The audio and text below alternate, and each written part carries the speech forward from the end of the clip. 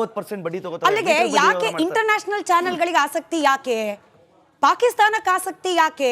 ಅಲ್ ಜಜೀರಾಕ್ಕೆ ಆಸಕ್ತಿ ಯಾಕೆ? ಅಶೋಕ್ ಗೌಡ್ರೆ 2 ಲಕ್ಷ ಕೋಟಿ ಬರ್ತಿದೆ ಬಾಯಲ್ಲಿ ಇವಾಗ. ಬಿಜೆಪಿ ಅವ್ರು ರ್ಯಾಲಿ ಮಾಡ್ತಿದ್ದೀರಿ. ನಾನು ಆಗ್ಲೇನೂ ಅದೇ ಹೇಳಿದ್ ಸ್ಮಿತಾ, ಏನು ಅಂತಂದ್ರೆ ತಿರುಪತಿ ದೇವಸ್ಥಾನದ ಮೇಲೆ ಒಂದು ಬೆಟ್ಟ ನಮ್ಮದು ಅಂತ ಹೇಳಿ ಯಾರೋ ಒಬ್ರು ಹೇಳ್ತಾರೆ. ತದನಂತರದಲ್ಲಿ ಏನಾಯ್ತು ನಾವು ನೋಡಿದ್ದೇವೆ. ಶನಿ ಸಿಂಗಾಪುರದಲ್ಲಿರ್ತಕ್ಕಂತಹ ಒಂದು ಶನಿ ಮಹಾತ್ಮನ ದೇವಸ್ಥಾನಕ್ಕೂ ಸಹ ಕೈ ಹಾಕ್ತಾರೆ. ಹಾಗೆ ಶಬರಿಮಲೆ ಅಯ್ಯಪ್ಪ ಸ್ವಾಮಿ ದೇವಸ್ಥಾನಕ್ಕೆ ಕೈ ಹಾಕ್ತಾರೆ. ಈಗ ಇರ್ತಕ್ಕಂತಹ ಧರ್ಮಸ್ಥಳದ ಕೈ ಹಾಕ್ತಾರೆ. ಇಲ್ಲಿ ಒಂದು ಆದಾಯದ ವಿಚಾರ ಒಂದಾದ್ರೆ ಅಲ್ಲಿ ಆ ಧಾರ್ಮಿಕ ಭಾವನೆ ಏನಿದೆ ಜನಗಳದು, ಆ ಧಾರ್ಮಿಕ ಭಾವನೆ ಜೊತೆಗೆ ಇರ್ತಕ್ಕಂತಹದ್ದು ನೋಡಿ. ಇನ್ನೊಂದೇನು ಅಂದ್ರೆ ಈ ದೇವಸ್ಥಾನಗಳಲ್ಲಿ ಏನು ಅಂದ್ರೆ ಧರ್ಮಸ್ಥಳ ಇರ್ಬೋದು, ತಿರುಪತಿ ಇರ್ಬೋದು, ಮಹಾಕಾಳೇಶ್ವರ ಇರ್ಬೋದು, ಅಥವಾ ಉಜ್ಜಯಿನಿ ಮಹಾಕಾಳೇಶ್ವರ, ನಮ್ಮ ಕಾಶಿ ವಿಶ್ವನಾಥ, ಅಥವಾ ನಮ್ಮ ದತ್ತಾತ್ರೇಯ ಗಾಣಿಗಾಪುರ, ಇಲ್ಲೆಲ್ಲನೂ ಏನಂದ್ರೆ ಅನೇಕ ದೇವಸ್ಥಾನಗಳಿದೆ. ಇದು ನಾನು ಒಂದು 5 ಮೆನ್ಷನ್ ಮಾಡಿದ್ದೀನಿ ಅಷ್ಟೇ. ಎಲ್ಲ ದೇವಸ್ಥಾನಗಳು ಅನೇಕ ಜನ ಹೋಗಿ ಪ್ರಾಣ ಬಿಡಬೇಕು ಅಂತಕ್ಕಂಥ, ಮೋಕ್ಷ ಸಿಗುತ್ತೆ ಅಂತಕ್ಕಂಥ ನಂಬಿಕೆ ಇರ್ತಕ್ಕಂಥ ಜನ ಇದ್ದಾರೆ. ಈ ಮೋಕ್ಷ ಸಿಗ್ತಕ್ಕಂಥ ಸ್ಥಳಗಳನ್ನೇನೆ ಇವರು ಟಾರ್ಗೆಟ್ ಮಾಡ್ತಾರೆ. ಕೇರಳದಲ್ಲಿ ಹಾಗೆ ಅಯ್ಯಪ್ಪ ಸ್ವಾಮಿ ದೇವಸ್ಥಾನನ ಸಹ ಹಾಗೆ ಅಂತಹ ಒಂದು ಧಾರ್ಮಿಕ ಸಂಸ್ಥೆಗಳನ್ನ ಟಾರ್ಗೆಟ್ ಮಾಡ್ತಿರ್ತಕ್ಕಂಥವರು. ನೀವು ಅಲ್ ಜಜೀರಾನು ಬರ್ತದೆ, ಆಮೇಲೆ ಜಾರ್ಜ್ ಸೋರಸ್ಸು ಬರ್ತಾರೆ, ಜಾರ್ಜ್ ಸೋರಸ್ ಫ್ರೆಂಡು ಬರ್ತಾರೆ, ಆಮೇಲೆ ಇನ್ನೆಲ್ಲೋ ಇನ್ನೊಂದ್ ಕಡೆ ಮಾಫಿಯಾನು ಇನ್ವಾಲ್ವ್ ಆಗಿರ್ಬೋದು, ವರ್ಲ್ಡ್ ಮಾಫಿಯಾನು ಇನ್ವಾಲ್ವ್ ಆಗಿರ್ಬೋದು. ಅದಕ್ಕೆ ಕೇಳ್ತಿರೋದು, ಬಿಜೆಪಿ ಸೆಂಟ್ರಲ್ ಗವರ್ಮೆಂಟ್ ನಡೆಸ್ತಾ ಇರುವ ಪಕ್ಷವಾಗಿ ಇಲ್ಲಿ ವಿರೋಧ ಪಕ್ಷವಾಗಿ ಮಾಡ್ತಿರೋದೇನು ಸರ್? ಬಿಜೆಪಿಯ ಪಾಪದ ಕೂಸು ಅಂತ ಕರೀತಾರೆ ತಿಮ್ರೋಡಿ ಅವರು. ಯಾವುದು ಸೌಜನ್ಯ ಅತ್ಯಾಚಾರ, ಬಿಜೆಪಿ ಹಾಗೆ ಧರ್ಮಸ್ಥಳದಲ್ಲಿ ಆಗಿರುವ ಸಾಲು ಅವ್ರು ಆರೋಪ ಮಾಡ್ತಿರೋ ಕೊಲೆ ಹಾಗೆ ಅತ್ಯಾಚಾರಗಳು ಬಿಜೆಪಿಯ ಪಾಪದ ಕೂಸು ಅಂತ ಕರೀತಾರೆ. ಬೈದ್ಬಿಟ್ಟೆ ಹೋಗಿದ್ದಾರೆ. ತಿಮ್ರೋಡಿ ಇರ್ಬೋದು, ಗಿರೀಶ್ ಮಟ್ಟಣ್ಣನವರು ಇರ್ಬೋದು, ಸಮೀರ್ ಇರ್ಬೋದು, ಇನ್ಯಾರ್ಯಾರೇ ಇರಬಹುದು, ಅವ್ರಿಗೆ ಏನಾದ್ರೂ ಹೇಳ್ಕೊಳ್ಳಿ, ನಮ್ಮ ಸ್ಟ್ಯಾಂಡ್ ಅವತ್ತು ಕ್ಲಿಯರ್ ಆಗಿದೆ, ಇವತ್ತು ಕ್ಲಿಯರ್ ಆಗಿದೆ. ಆಗ್ಲೇನು ಅಷ್ಟೇ ಹೇಳಿರ್ತಕ್ಕಂಥದ್ದು. ನಾವು ಕಾನೂನು ಪ್ರಕಾರ ಹೋರಾಟ ಆಗ್ಬೇಕು. ಆದ್ರೆ ಈಗ ಒಂದು ನಮ್ಮ ಚನ್ನಬಸಪ್ಪ MLA ಅವರು ಹೇಳಿದ್ರು, ಶಾಸಕರು ಕ್ಲಿಯರ್ ಕಟ್ಟಾಗಿ ಹೇಳಿದ್ರು. ನಾವು ಪದೇ ಹೇಳ್ತಾ ಇದೀವಿ, ಸದನದಲ್ಲೂ ಹೇಳಿದ್ದೀವಿ, ಹೋದ ವಾರನೂ ಸದನದಲ್ಲಿ ಹೇಳಿದ್ರು. ಸುನಿಲ್ ಕುಮಾರ್ ಅವರು ಫಸ್ಟ್ ಪ್ರಾರಂಭ ಮಾಡಿನೇ ಹೇಳಿದ್ರು, ನೀವು ಕಳಂಕ ಬಳಿತಿರ್ತಕ್ಕಂಥವ್ರಿಗೆ ಏನ್ ಕ್ರಮ ಕೈಗೊಳ್ತೀರ ಅಂತ, ಮುಖ್ಯಮಂತ್ರಿಗಳಾಗ್ಲಿ ಅಥವಾ ಬೇರೆ ಯಾವುದೇ ಸಚಿವರಾಗ್ಲಿ. ಸರ್ ಪ್ರಶ್ನೆ ಟಿವಿಲಿ ಕೂತ್ಕೊಂಡು ನಾನು ಕೇಳ್ತೀನಿ Ashok Gowda sir, sorry if I am sounding harsh. ಪ್ರಶ್ನೆ ಟಿವಿಲಿ ಕೂತ್ಕೊಂಡು ನಾನು ಕೇಳ್ತೀನಿ, ಮಾಧ್ಯಮದ ಪ್ರತಿನಿಧಿಗಳು ಎಲ್ಲರೂ ಕೇಳ್ತಾರೆ. ಪ್ರಶ್ನೆ ಕೇಳೋದಕ್ಕಷ್ಟೇನ ಜನ ವೋಟ್ ಹಾಕಿರೋದು ಬಿಜೆಪಿಗೆ? ಬಿಜೆಪಿಯಲ್ಲೂ ಕೂಡ MLA ಗೆದ್ದಿದ್ದಾರೆ. ಅಸೆಂಬ್ಲಿಯಲ್ಲಿ ಕೇವಲ ಮಾತಾಡೋದಷ್ಟೇ ಅಲ್ಲ ಅವರ ಧರ್ಮ.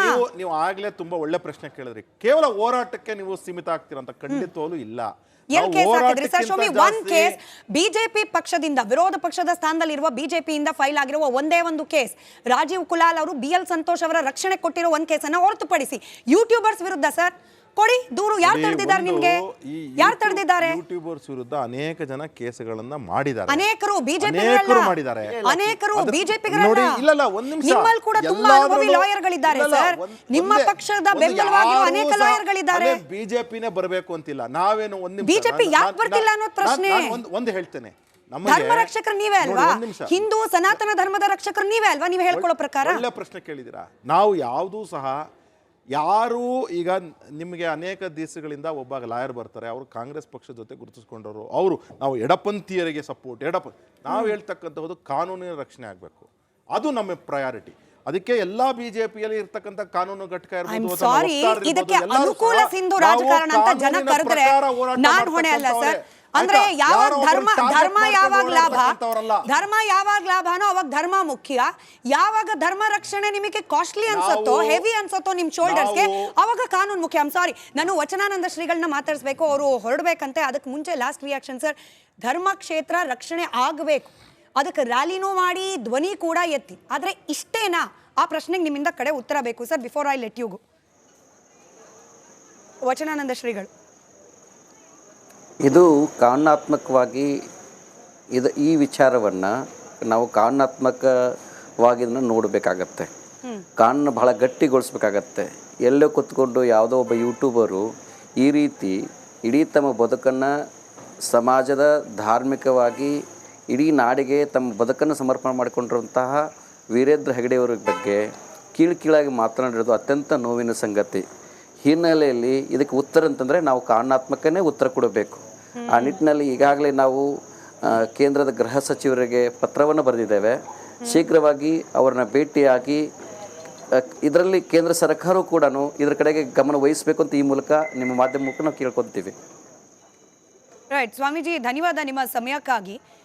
ಇವಾಗ ಲಾಯರ್ ಇರೋದ್ರಿಂದ ನಾನು ನಾರಾಯಣ ಸ್ವಾಮಿ ಸರ್ ಹತ್ರ ಕೇಳ್ತೀನಿ. ಸರ್, ಇವಾಗ ಯೂಟ್ಯೂಬರ್ಸು ಬಾಯಿಗೆ ಬಂದಂಗೆ ಮಾತಾಡ್ತಿದ್ದಾರೆ, ಧರ್ಮಕ್ಷೇತ್ರಕ್ಕೆ ಅಪಪ್ರಚಾರ ಮಾಡ್ತಿದ್ದಾರೆ, ಸರಿ, ಇದಕ್ಕೆ ಕಾನೂನಾತ್ಮಕವಾಗಿ ಇದ್ರ ವಿರುದ್ಧ ಕ್ರಮ ಕೈಗೊಳ್ಳಿಕ್ಕೆ ಏನೇನು ಆಪ್ಷನ್ ಇತ್ತು? ಖಂಡಿತ ಇತ್ತು. ಹಾಗೆ ಈಗ ಹೋರಾಟಗಾರರು ಅಂತ ಯಾರೆಲ್ಲ ಕರೆಸ್ಕೊಂಡಿದ್ದಾರೆ, ಬಿಜೆಪಿ ಪಕ್ಷವನ್ನೂ ಸೇರಿಸ್ಕೊಂಡು ಬಾಯಿಗೆ ಬಂದಂಗೆ ಮಾತಾಡ್ತಿದ್ದಾರೆ, ಅವರ ವಿರುದ್ಧ ಕ್ರಮ ಕೈಗೊಳ್ಳಿಕ್ಕೆ ಏನು ಆಪ್ಷನ್ ಇತ್ತು ಕಾನೂನಾತ್ಮಕವಾಗಿ? ನೋಡಿ, ಒಂದು ಟೈಮಲ್ಲಿ ಅವ್ರ ಬಗ್ಗೆ ಯಾವಾಗ ಕೆಟ್ಟದಾಗಿ, ಇವಾಗ ನಿಮ್ಮ ಬಗ್ಗೆ ಕೆಟ್ಟದಾಗಿ ಮಾತಾಡಿದ್ರೆ ನೀವೇ ಫೈಲ್ ಮಾಡಬೇಕು ಕೇಸಸ್ನ. ಅದೇ ಥರ ಒಂದು ಕ್ಷೇತ್ರದ ಬಗ್ಗೆ ಮಾತಾಡಿದಾಗ ಅದು ಧಾರ್ಮಿಕವಾಗಿ ಭಾವನೆಗಳು ಧಕ್ಕೆ ಆಗ್ತಾ ಇರಬೇಕಾದ್ರೆ ಅದರ ಭಕ್ತಾದಿಗಳು ಕೂಡ ಫೈಲ್ ಮಾಡ್ಬೋದು. ಧರ್ಮದ ನೆಲೆಗಟ್ಟಿನ ಮೇಲೆ ಈ ದೇಶದಲ್ಲೇ ಸರ್ಕಾರ ಬಂದಿರೋದ್ರಿಂದ ಖಂಡಿತ BJP ಅವರು ಅವತ್ತೂ ಕೂಡ ಮಾಡಬಹುದಾಗಿತ್ತು. ಯಾಕಂದರೆ ನಾವು ಧರ್ಮನಿಷ್ಠರು, ನಾವು ಧರ್ಮದ ಒಂಥರ ಅನುಯಾಯಿಗಳು ಅಂತ ಹೇಳ್ಕೊಂಡೆ ಇವತ್ತು ರಾಮನ ಹೆಸರು ಹೇಳ್ಕೊಂಡೆ ಅಧಿಕಾರಕ್ಕೆ ಬಂದವರು, ಹಿಂದೂಗಳಿಗೋಸ್ಕರ ಹೆಸರು ಹೇಳ್ಕೊಂಡು ಒಂದು ಬಂದಂಥವ್ರು ಹಿಂದೂಗಳ ಹೆಸರಲ್ಲಿ. ತಮಗೆ ಗೊತ್ತಿದೆ, ರಾಮ ಮಂದಿರ ಕಟ್ಟಬೇಕಾದ್ರೆ ಕೂಡ ಶಾಂತಿಯಿಂದ ಕಟ್ಟಿದ್ದಲ್ಲ, ಬಹಳ ಜನಗಳ ಸಾವಾಗಿದೆ, ಬಹಳ ಜನ ನೋವಾಗಿದೆ, ಅಷ್ಟೆಲ್ಲ ಹೋರಾಟಗಳಾಗಿರೋದು ಇವ್ರಿಗೆ ಗೊತ್ತಿದೆ.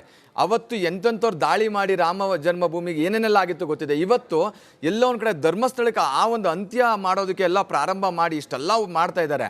ಅದನ್ನು ನೋಡಿಕೊಂಡು ಇಷ್ಟು ದಿವಸ ಕೂತಿದ್ರು. ನನಗೆ ಅನ್ನಿಸ್ತಾ ಇದೆ ಇವಾಗ ನೀವು ನಮ್ಮನ್ನು ಆ್ಯಸ್ ಎ ವಕೀಲರಾಗಿ ಕೂಡ ಕೇಳ್ಬೋದು. ನಾವು ಖಂಡಿತವಾಗಿಯೂ ನಾವು ಬರೀ ರ್ಯಾಲಿಗಳಲ್ಲ, ಅವತ್ತು ಧರ್ಮ ಸಂರಕ್ಷಣೆ ಯಾತ್ರೆಗೆ ರ್ಯಾಲಿಗಳಲ್ಲ, ವೈಯಕ್ತಿಕವಾಗಿ ನಾನು ಕೂಡ ಕಂಪ್ಲೇಂಟನ್ನು ಲಾಡ್ಜ್ ಮಾಡಿದ್ದೀನಿ. ಇವಾಗಲೂ ಕೂಡ SIT ಮುಂದೆ ಕಂಪ್ಲೇಂಟ್ ಲಾಡ್ಜ್ ಮಾಡಿದ್ದೀನಿ, DGIGP ಮುಂದೆಗಡೆ ಕಂಪ್ಲೇಂಟ್ ಲಾಡ್ಜ್ ಮಾಡಿದ್ದೀನಿ. ವೈಯಕ್ತಿಕವಾಗಿ ಒಬ್ಬ ಭಕ್ತನಾಗಿ ಅವತ್ತು ಕೂಡ ಕೊಟ್ಟಿದ್ವಿ. ಆಯ್ತಾ? ಈ ಎಲ್ಲ ಪ್ರೆಷರಿಂದ ಇನ್ವೆಸ್ಟಿಗೇಷನ್ ಕರೀತಾರೆ, ಕಳ್ಸ್ಕೊಳ್ಳಲ್ಲ. ಇದೊಂದು ಹೇಳ್ಬಿಡಿ. ಇದ್ರ ಜೊತೆನೇ ಹೇಳಿ, ಒಬ್ಬ ಸಾಮಾನ್ಯನಾಗಿ ಅಥವಾ ಒಬ್ಬ ವೃತ್ತಿಪರ ವಕೀಲರಾಗಿ ಕೇಸ್ ದಾಖಲು ಮಾಡ್ಲಿಕ್ಕೂ ಒಂದು ಪಕ್ಷ ಅಥವಾ ಪಕ್ಷದ ನಾಯಕರು ಈ ಬಗ್ಗೆ ಕಾನೂನಾತ್ಮಕವಾಗಿ ಧ್ವನಿ ಎತ್ತಲಿಕ್ಕೂ ಏನ್ ವ್ಯತ್ಯಾಸ? ಖಂಡಿತ ವ್ಯತ್ಯಾಸ ಇದೆ. ಅವರಲ್ಲಿ ಒಂದು ಪವರ್ ಇರುತ್ತೆ, ಅಧಿಕಾರ ಇರುತ್ತೆ. ಇವತ್ತು ನೋಡಿ, ಹೇಳಿದ್ನಲ್ಲ, BL ಸಂತೋಷ್ ಅವ್ರ ವಿರುದ್ಧವಾಗಿ ಒಂದು ಏನೋ ಅವಹೇಳನಕಾರಿಯಾಗಿ ಮಾತಾಡಿದ್ರು ಅಂತ ಇಮಿಡಿಯೇಟ್ ಆಗಿ FIR ಮಾಡ್ತಾರೆ. ಇವತ್ತು ಯಾವ ರೀತಿಯಿಂದ ಒಂದು ಟೆರರಿಸ್ಟ್ನ ಕರ್ಕೊಂಡು ಹೋಗಲ್ವಾ, ಅಷ್ಟು ಪ್ರೊಟೆಕ್ಷನ್ಸ್ ಕೊಟ್ಟು, ಅಷ್ಟು ಪೊಲೀಸ್ ವ್ಯವಸ್ಥೆ, ಮೈ ಗಾಡ್, ಅದನ್ನ ನೋಡ್ಕೊಂಡ್ರೆ ಆ ಥರ ಕರ್ಕೊಂಡು ಹೋಗ್ತಾರೆ. ಖಂಡಿತ ಅವ್ರಿಗೆ ಆಪ್ಷನ್ಸ್ ಇತ್ತು, ಆದರೆ ಅವತ್ತು ಅವರು ಮೇ ಬಿ ಅಷ್ಟು ಇನಿಷಿಯೇಟ್ ತಗೊಂಡಿಲ್ಲ. ಇವತ್ತು ತಗೊಂಡಿದ್ದಾರೆ. ಅದ್ರ ಬಗ್ಗೆ ನಾನು ಹೇಳ್ತಾ ಇದ್ದೀನಲ್ಲ, ಅವ್ರನ್ನ ಡಿಸ್ಕರೇಜ್ ಕೂಡ ನಾವು ಮಾಡಬಾರ್ದು. ಇವತ್ತು ಖಂಡಿತ ಒಂದು ರ್ಯಾಲಿ ಮಾಡ್ತಾ ಇದ್ದಾರೆ. ನಾನು ಆ ರ್ಯಾಲಿಗೆ ನಾನು ಏನಂತ ಅನ್ಕೊಂತೀನಿ ಅಂದರೆ, ಎಲ್ಲೋ ಒಂದು ಕಡೆ ಇವರ ಶಕ್ತಿ ಪ್ರದರ್ಶನ ಮಾಡ್ತಾ ಇದ್ದಾರೆ, ಮತ್ತೆ ನೆಕ್ಸ್ಟ್ BJPಗೆ ಒಂದು ಫೌಂಡೇಶನ್ ಹಾಕೊಳ್ತಾ ಇದ್ದಾರೆ ಅನ್ನೋ ಒಂದು ಅನಿಸಿಕೆ ನಂದು.